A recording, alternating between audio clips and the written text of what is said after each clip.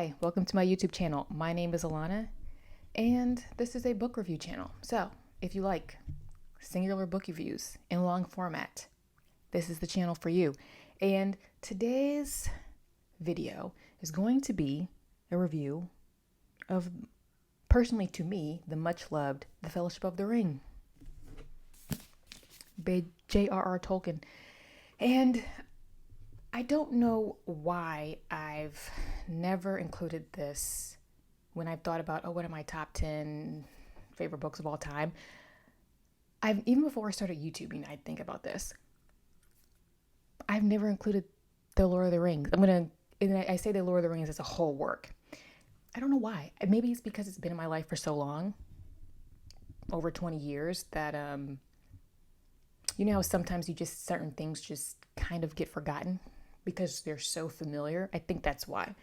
But we're rectifying this. Disclaimer, this is probably my second favorite book after J.R.R. And I'm really saying The Fellowship of the Ring, but I'm going to put the entirety of Lord of the Rings in that. But you have been chosen, and you must therefore use such strength and heart and wits as you have. So, The Fellowship of the Ring, Lord of the Rings by J.R.R. Tolkien, does it get more iconic in the fantasy world than The Lord of the Rings? I don't think so. I think that post-Tolkien, that's when you get modern day fantasy as you know it.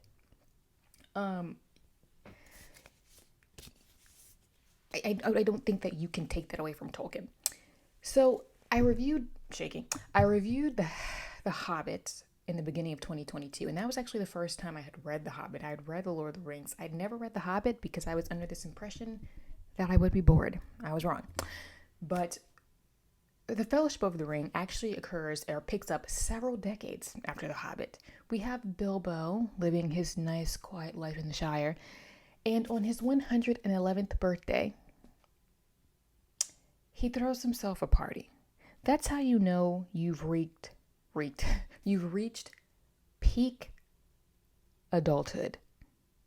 Peak I don't give a care. You throw yourself your own parties. You don't wait for other people to do it for you. So Bilbo throws himself his own party, and he mysteriously disappears during said party out of thin air. He has left his nephew Frodo his ring that he acquired during The Hobbit, and Frodo soon learns that the ring is the one ring of power forged with the ultimate intent of evil. And Frodo then sets out from the Shire to destroy the ring with a band of friends. And this band of companions includes a wizard, Gandalf, his fellow hobbits, a couple of men, an elf, and a dwarf.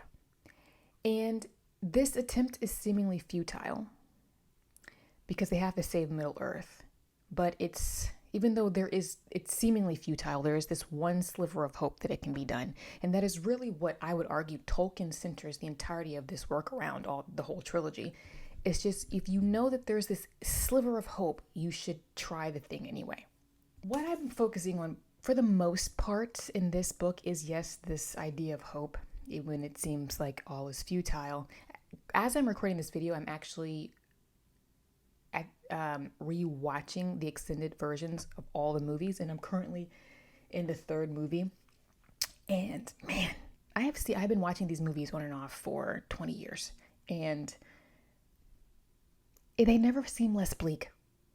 Okay, currently watching the destruction of Gondor, and anyway, so yes, Tolkien likes to focus on this idea of this sliver of hope, but he also particularly focuses on hobbits, and there's a reason why he has chosen The Hobbit. Tolkien likes to use the seemingly insignificant and overlooked characters as a way to confound the wise. This is also a very biblical principle. There is a biblical verse that says God uses the foolish things to confound the wise. And you can't tell me that Tolkien didn't know that. You can't tell me he didn't use that verse, him being a devout Catholic. He is using the foolish hobbits, the seemingly overlooked hobbits, the playful hobbit, to confound the wise. There are a lot of nods to theology in the Fellowship of the Ring and the trilogy as a whole. And so hobbits are the most ideal characters for this quest, or the ideal creature to destroy the ring. Tolkien is constantly referring in the Fellowship of the Ring about just how deceivingly hardy hobbits are despite their stature. And we all know they're child-sized with large feet. And hobbits have also gone under the radar of the enemy in Lord Sauron for so long that they have been forgotten. And it's at this appropriate time when Middle Earth it's either the end of the world or it's not, that it's the appropriate time for the hobbits to come back out, which is a very biblical principle about things being saved for their allotted time. They were, if it came to it, difficult to daunt or to kill, and were to survive rough handling by grief, foe, or weather in a way that astonished those who did not know them well, and looked no further than their bellies and their well-fed faces. Among the wise, I am the only one that goes in for hobbit lore, an obscure branch of knowledge, but full of surprises, soft as butter they can be, and yet sometimes as tough as old tree roots. I think it likely that some would resist the ring far longer than most of the wise would believe. That last quote was from Gandalf. And Gandalf was really one of the only creatures in Middle-earth, maybe save some of the elves, but I'm going to say Gandalf, who never forgot about the hobbits.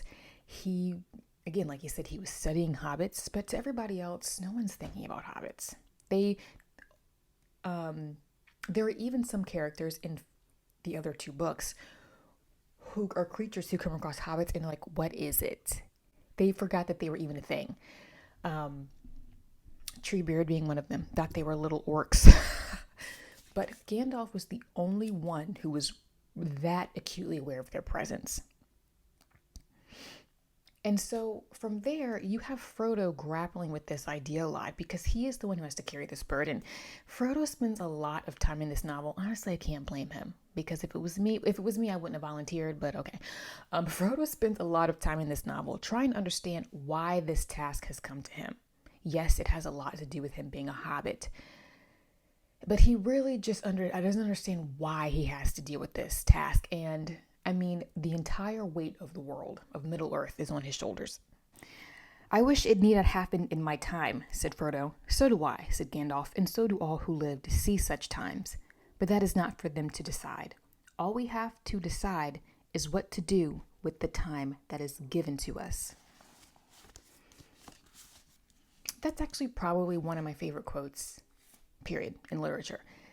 Because another thing that Tolkien does well is in the middle of this book, that's even though Frodo is dealing with something that nobody will have to deal with. Okay, we don't live in Middle-earth.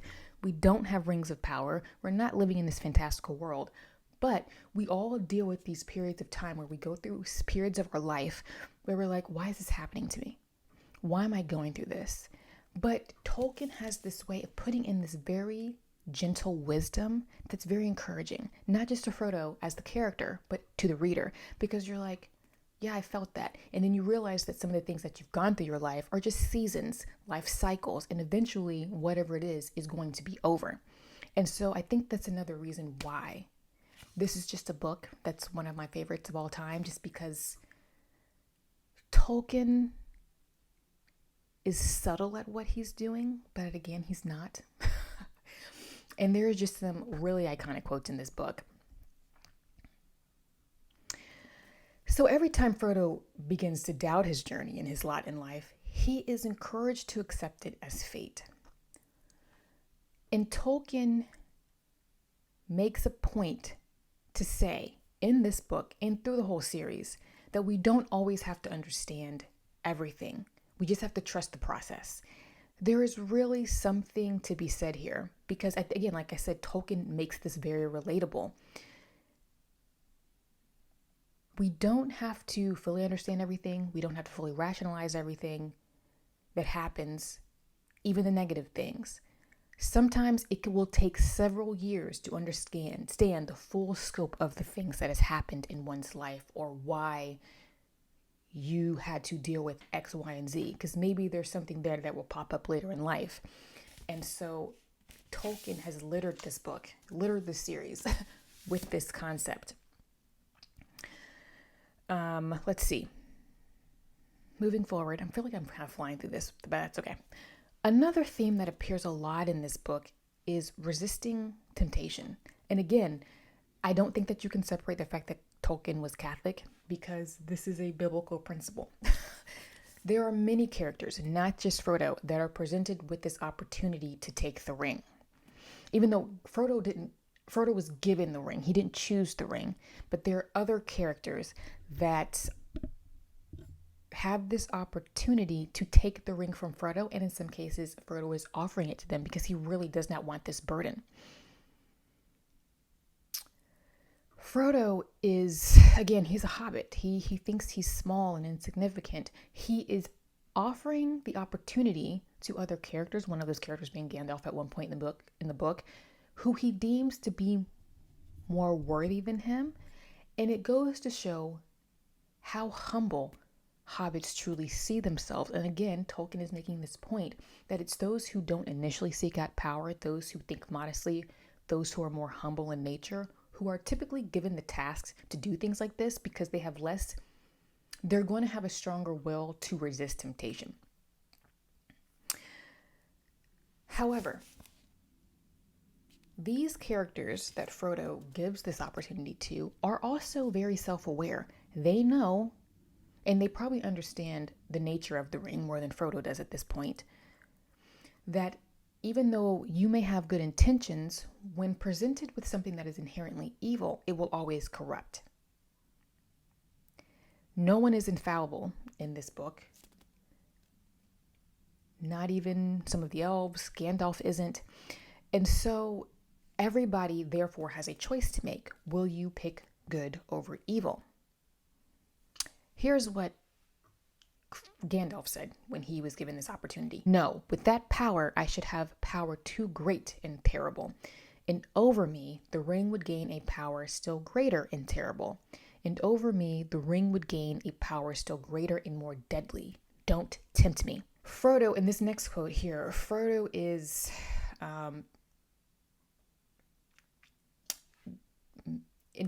he's processing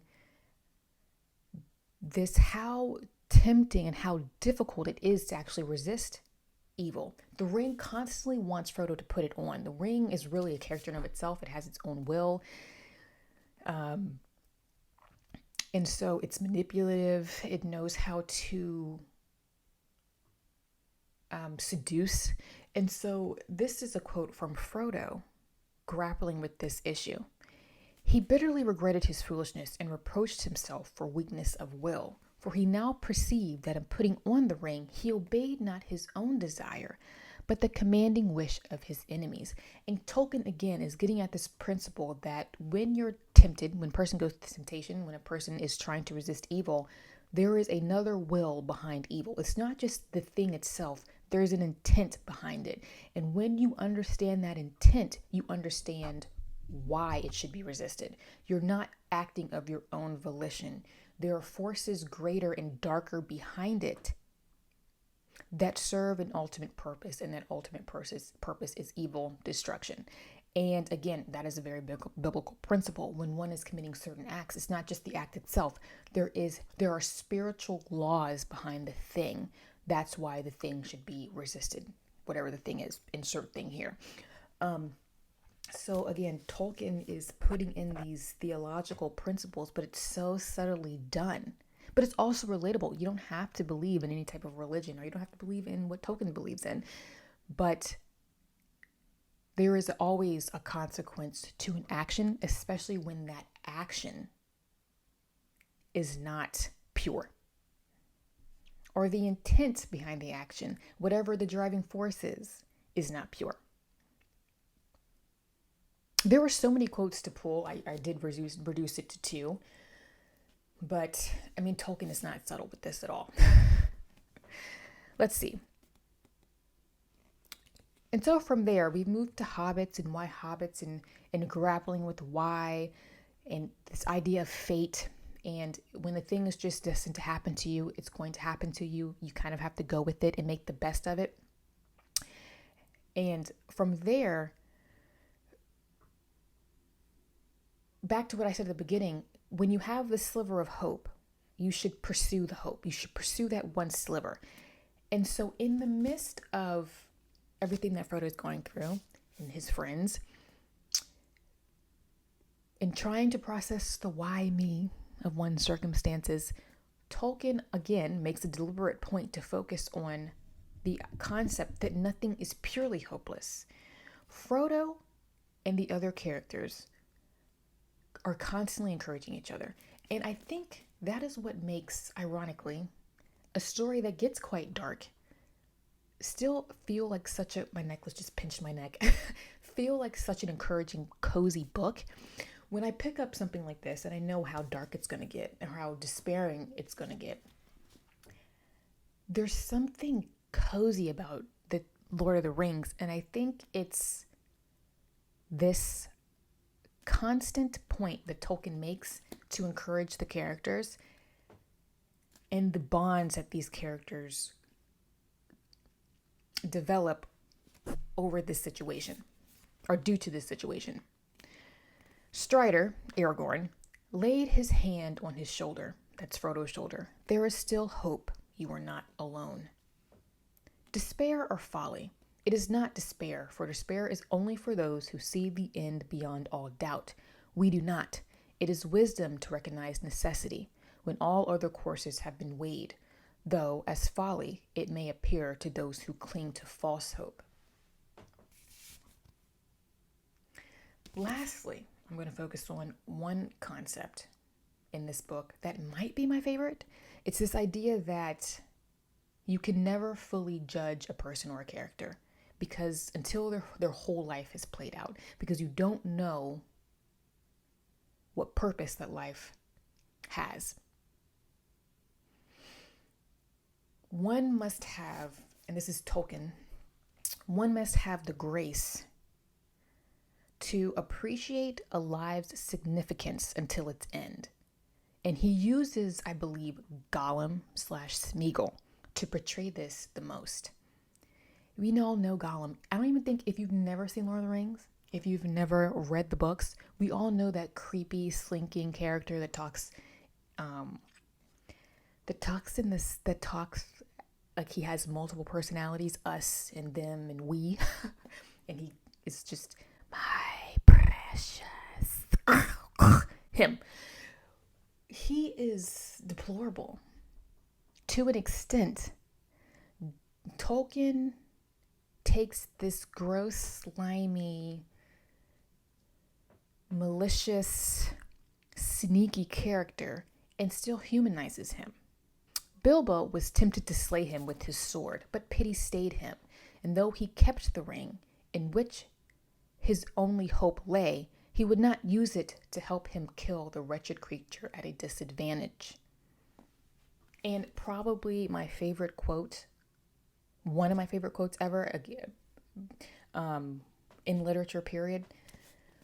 Many that live deserve death, and some that die deserve life. Can you give it to them? Then do not be too eager to deal out death in judgment, for even the very wise cannot see all ends.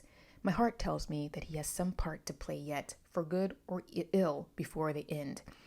And when that comes, the pity of Bilbo may rule the fate of many. I mean, does it get better than that? This book is actually quite heavy. I'm going to put it down. I'm going to leave it there. I think that this book is just... Why is it so good? I have read The Fellowship of the Ring multiple times. I can't accurately tell you how many times I've read it. I would say at a minimum of times that I can actually consciously remember, maybe 3 to 4, but I've been interacting with this text since I was 11 years old. So, like I said in the beginning, I don't know why I've never considered this one of my favorite books of all time. It is. It's right after J.R.R. at this point. I hadn't read it since 2015. And again, I think it's because I've been engaging with it on and off for 20 years. I sometimes don't think about it. Sometimes I need a break from Lord of the Rings because there was a period of my life where I just binged it. I was obsessed. And so sometimes when you kind of put things to the side and you pick them up again, you're like, that's why I loved this so much. Tolkien is a fantastic writer. We can't deny the fact that the man is brilliant. He's a genius. He's created his own languages. You have to be a genius to create this type of world. And with the maps and the geology of it, everything,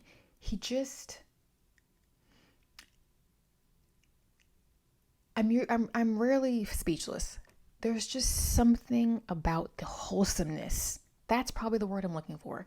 Despite all of the gravity and depravity of these evil characters and the things that the protagonists have to go through, especially Frodo, there is the wholesomeness to this story. And we don't really get into just the epicness of Samwise Gamgee until a little bit later. But Sam is the real MVP. I'm not even going to belabor this. This is an obvious 5 out of 5 for me.